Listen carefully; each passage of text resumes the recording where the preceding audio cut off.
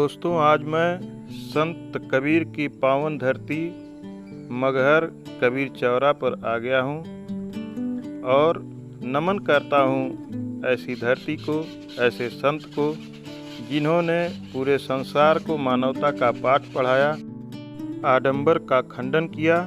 और अब चलते हैं यहाँ पुजारी जी से बात करेंगे, यहाँ के बारे में जानेंगे और आपसे एक अपील करेंगे कि गुरु ज्ञान गौरव चैनल को यदि आपने अभी सब्सक्राइब नहीं किया है तो सब्सक्राइब जरूर करें। राधे राधे दोस्तों, आज मैं आ गया हूँ संत कबीर की पावन धरती मगहर में। कबीरदास की समाधि स्थल मगहर में आज मैं खड़ा हूँ। दोस्तों, संत कबीरदास जी ऐसे संत हुए जिन्होंने पूरे संसार को, मानव जाति को मानवता का पाठ पढ़ाया, कर्म का पाठ पढ़ाया, आडंबर से दूर रहने को कहा। कबीरदास जी ने जो संदेश दिया कि मनुष्य को किस तरह से रहना चाहिए, अपना पारिवारिक जीवन संभालते हुए, किस तरह से कर्म करते हुए भगवान की भक्ति करनी चाहिए। और दोस्तों, आज स्थिति ये आ गई है कि फिर मानवता उसी आडंबर की ओर खींचती हुई चली जा रही है। दोस्तों, चलते हैं कबीरदास जी का दर्शन करेंगे, समाधि स्थल का दर्शन करेंगे और यहाँ महाराज जी हैं, उनसे बात करेंगे।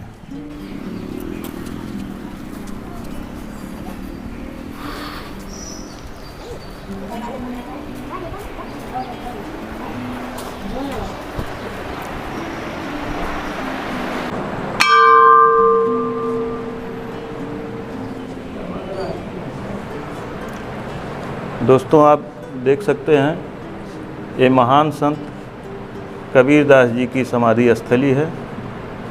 यहीं पर कबीरदास जी को समाधि दी गई थी। आप दर्शन करिए और चलते हैं। दोस्तों, अब महाराज जी बैठे हुए हैं, इनसे बात करते हैं और जानते हैं यहाँ के बारे में। जी महाराज। जैसे कबीर साहब के आने के इधर कई कारण रहते हैं, या कबीर साहब काशी में प्रकट कैसे होते हैं, जो इतिहास में बताया जाता है। आज से 620 वर्ष पहले अपने भारतवर्ष में काफ़ी दुराचार फैले हुए थे।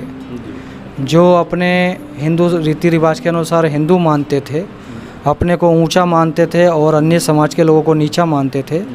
उन लोगों ने, जो दबे कुचले लोग थे, उन लोगों को शिक्षा से वंचित रखा, धन रखने से वंचित रखा, पूजा पाठ से वंचित रखा, है तक कि उनको राज से भी वंचित रखा। तो वो हिंदू धर्म से परेशान होकर कुछ लोग मुस्लिम बन गए, कुछ ईसाई बन गए, कुछ अन्य और धर्म में चले गए। और उस समय मुस्लिम समाज कुछ अपने तलवार के बल पर लोगों को हिंदू से मुस्लिम कन्वर्ट कर रहा था। तो उस समय मानवता का संदेश देने के लिए, रियलिटी भक्ति दिखाने के लिए, मानवता बताने के लिए कबीर साहब अपनी ज्ञान शक्ति से लहर तारा नामक तालाब में प्रकट होते हैं। जो नीरू नीमा दंपति जुलाए होते हैं, नीरू और नीमा पहली बार अपना, नीमा जो होते हैं, नीरू अपनी पत्नी को पहली बार मलुआडी से कबीर चौरा के लिए लेके आते हैं।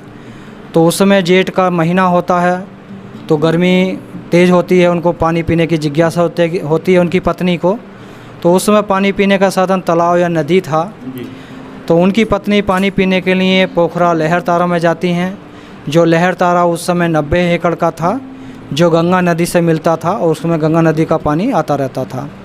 तो उसमें पानी पीने के लिए जाती हैं तो देखती हैं कि एक लहर तारा में एक कमल के पुष्प पर या उसके आसपास में एक बच्चा है जिसके पास दिव्य प्रकाश फैला हुआ है। तो उनके मन में आता है कि इस बच्चे को कौन इस बीच जंगल में छोड़ गई, इसकी हम छोड़ जाएंगे तो हमको हत्या का लगेगा, पाप लगेगा। तो उनके हृदय में उसका ममता का प्रेम उत्पन्न हो जाता है।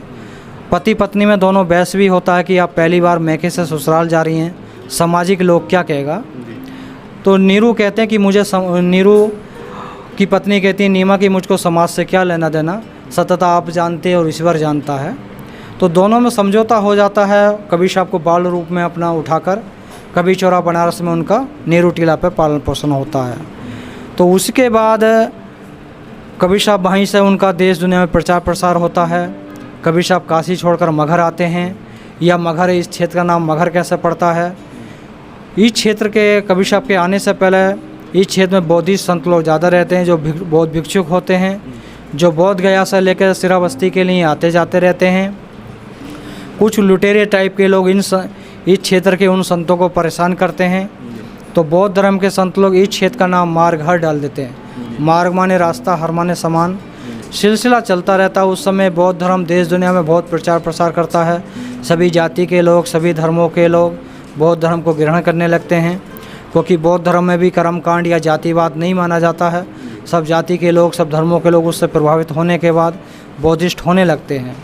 तो उसी में जो काशी के पंडा पुजारी होते हैं, चतुर चालाक, लोगों के मन को कन्वर्ट करने के लिए और काशी की तरफ आस्था जोड़ने के लिए, वो बौद्ध धर्म को लो करने के लिए उसमें एक शब्द का प्रयोग करते हैं कि जो काशी मरेगा मोक्ष पाएगा, जो मगहर मरेगा नरक जाएगा। काशी के लोग इस प्रक्षेत्र को नरक बता देते हैं और यहाँ तक घोषणा कर दे कि अगले जन्म में मरकर कुत्ता या गधा बनेगा। तो उस समय धीरे धीरे ये प्रक्रिया चलती रहती है। लोग धीरे धीरे काशी में जाने लगते हैं, शरीर त्यागने के लिए परंपरा चालू हो जाती है। तो कबीर साहब के आने से पहले दर और संत भी आते हैं, जो पानी मांगते हैं। पानी की जगह उनके बर्तन में मिट्टी या धूल भर कर दे देते हैं, जो पशु चराने वाले चारागाह लोग होते हैं इस क्षेत्र के। तो उन संतों के मुख से शब्द निकल जाता है कि आज से क्षेत्र में सूखा पड़ेगा या धूल उड़ेगा। उस समय के बाद धीरे धीरे वर्षा कम होने लगता है। काफ़ी उपचार किए जाते हैं सभी धर्मों के अनुसार, लेकिन वर्षा नहीं होता है। फिर यहाँ का जो राजा होता है जनता दरबार लगाता है। उस जनता दरबार में सभी रीति रिवाज के संत लोग आते हैं। संत लोग कहते हैं भाई हम लोगों में इतनी पावर ऊर्जा नहीं है, इतनी शक्ति नहीं है जो हम वर्षा करा सकें, लेकिन काशी में कबीर साहब रहते हैं। अगर उनके पास जाएंगे कुछ ना कुछ समस्या का निदान हो सकता है। फिर यहाँ का जो राजा होता है अपने साथियों को साथ ले कबीर चौरा बनारस जाते हैं और पूरी यहाँ की व्यवस्था बताते हैं कि कुछ लोगों ने संतों को सताया, उनकी वाणी वचन से क्षेत्र में सूखा पड़ा है, जनता परेशान है। लेकिन कुछ संतों ने बताया कि आपके पास आने से कुछ समस्या का निदान हो सकता है, इसलिए हम आपके पास आए हैं, आपसे विनती निवेदन। तो कबीर साहब कहते हैं भाई हमारे चलने से या वहाँ रहने से वर्षा हो सकता है, तो हम अवश्य चलते हैं। तो जैसे कबीर साहब काशी से मगहर के लिए चलते हैं, उस समय के काशीवासी लोग वही बात कबीर साहब के सामने रखते हैं कि आपका वृद्ध शरीर है और आप उस क्षेत्र में जा रहे लोग मरने के बाद नरक जाते हैं, और उस मातृभूमि को छोड़ कर जा रहे हैं जो मरने के बाद स्वर्ग जाते हैं या मोक्ष पाते हैं। तो कबीर साहब सोचते हैं अगर इन लोगों के अनुसार मैंने अपना शरीर काशी में त्यागा, तो काशी के पंडा पुजारी या काशी के लोग समाज में धारणा फैला देंगे कबीर साहब भी मुक्ति पाने के लिए काशी में ही शरीर त्यागे हैं, मेरे सत्य को दबा देंगे और अपने पाखंड का बोलबाला कर लेंगे। तो कबीर साहब निर्णय लेते हैं कि मैं अपना शरीर अब काशी ने त्याग के अब मगहर में ही त्यागूँगा। तो काशी के लोगों को वहाँ समझाने के लिए कबीर साहब एक वाणी बोलते हैं, क्या काशी का ऊसर मगहर, जो हृदय राम बसो हो मोरा, जो काशी तजे कबीरा तो राम ही कौन नहीं हो रहा। कबीर साहब कहते हैं जिसने अपने हृदय आत्मा राम को जाना है, कहीं भी मरेगा मोक्ष पाएगा। अगर काशी में ही मरने से मोक्ष मिलता है फिर तो किसी भगवान का, किसी राम का कोई काम ही नहीं रहा। तो कबीर साहब उस पाखंड को ख़त्म करने के लिए उन लोगों को समझाते हैं, काशी वासियों को, भाई आप लोग तो काशी के रहने वाले हो, तो इतना पूजा पाठ क्यों करते हो, इतने फिर काशी में मंदिर क्यों बना रहे हो, जब काशी में मरने से ही मोक्ष मिलता है। तो कबीर साहब उस पाखंड को ख़त्म करने के लिए, भक्ति की शक्ति को दिखाने के लिए, जो 2000 साल से चला आ रहा था काशी मोक्ष मगहर नरक, उस परंपरा को ख़त्म करने के लिए काशी छोड़कर मगहर आते हैं। यहाँ से 2 किलोमीटर दूर कबीर धुनी है, वहीं पर कबीर साहब ठहरते हैं। तो कबीर साहब का नाम सुनकर गौरवपीठ के गोरखनाथ संत भी आते हैं, जो वर्तमान पीठ पर रहे होंगे। तो गोरखनाथ जी के मन में आता है कि काशी से कबीर साहब को बुला के लेकर आए हैं, पानी तो हम भी दे सकते थे। तो कबीर साहब उनके हृदय की बात को जान जाते हैं। जैसे जनता कबीर साहब के पास आती है, गोरखनाथ के पास भेज देते हैं। तो गोरखनाथ जी अपनी ज्ञान शक्ति से कुछ पैर लगाते हैं, उस शोध अपनी शक्ति से पानी निकालते हैं, जिस शोध का नाम गोरखतले नाम रखा जाता है। तो जनता कहते हैं इतने पानी से तो पूरे समाज की व्यवस्था नहीं हो सकती। तो गोरखनाथ जी कहते हैं भाई जितनी मेरे ऊर्जा थी, जितनी मेरे शक्ति थी लगा दे, अब मैं इससे ज़्यादा कुछ नहीं कर सकता। फिर जनता कबीर साहब के पास ही आती है, गोरखनाथ जी की पूरी बात बताती है। तो कबीर साहब अपने ध्यान में जाते हैं धीरे धीरे समय व्यतीत होने लगता है, धीरे धीरे बादल छाता है, घना घोर वर्षा होने लगता है। इतना वर्षा होता है कि जो नदी नाले सूखे रहते हैं या आमी नदी सूखा रहता है, उसमें भी पानी रीति चलने लगता है। उस समय के बाद इस क्षेत्र में वर्षा प्रारंभ हो जाता है। फिर वहाँ पर 5 संतों का मिलन होता है, कबीर साहब, नानक साहब, गोरखनाथ, केसरदास, संत रविदास। फिर जब से कबीर साहब इस आमी नदी को बहाएँ 504 वर्ष से आज तक ये आमी नदी सूखा नहीं है, और इस ऑटोमेटिक ज़मीन के अंदर से इसका ऑटोमेटिक पानी निकलता रहता है। उसके बाद फिर कबीर साहब बता देते हैं, जो भी ज्ञानी संत होते हैं या ज्ञानी भक्त होते हैं, उनको अपनी ज्ञान ऊर्जा से पता चल जाता है किस दिन मेरा शरीर छूटेगा। तो कबीर साहब भी बता देते हैं। उस तिथि पे बनारस के राजा वीर सिंह बघेल को पता चलता है, वो भी आ जाते हैं। बिजली खां पठान को पता चलता है, वो भी आ जाते हैं। और अन्य संतजन भक्तजन भी उपस्थित होते हैं। तो कबीर साहब सबसे मिलते हैं, वार्ता होता है।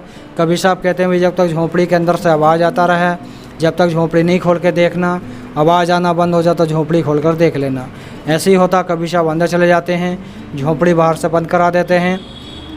जब तक लोगों को लगता कबीर साहब जीवित हैं, कोई विचार नहीं किया जाता। जब लोगों को लगता कबीर साहब चले गए, तो खोलने का विचार किया जाता है। तो खोलने से पहले ही दोनों धर्मों में उनकी डेड बॉडी को लेकर, उनके संस्कार को लेकर विवाद खड़ा हो जाता है। हिंदू राजा कहते हैं, भाई हम अपनी परंपरा के अनुसार इनको समाधि दे के मंदिर बनाएंगे। मुस्लिम राजा कहते हैं, नहीं, हम अपने समाज के अनुसार उनको दफना के मज़ार बनाएंगे। यही दोनों में टकराव चलता रहता है। कोई भी किसी की बात को सुनने के लिए तैयार नहीं होता। तो उसी बीच में उस विवाद को ख़त्म करने के लिए आकाशवाणी होता है, खोलो पर्दा है नहीं मुर्दा, युद्ध मिथ्या तुम कर डाली, सुन के वाणी अचर निशानी, देख निशानी कर डाली, रोबे पर बिना हथ मत चीना। जब आकाशवाणी होता, दोनों लोग विमर्श करते हैं कि अब झगड़ा बात को करेंगे। पहले झोंपड़ी खोलते हैं।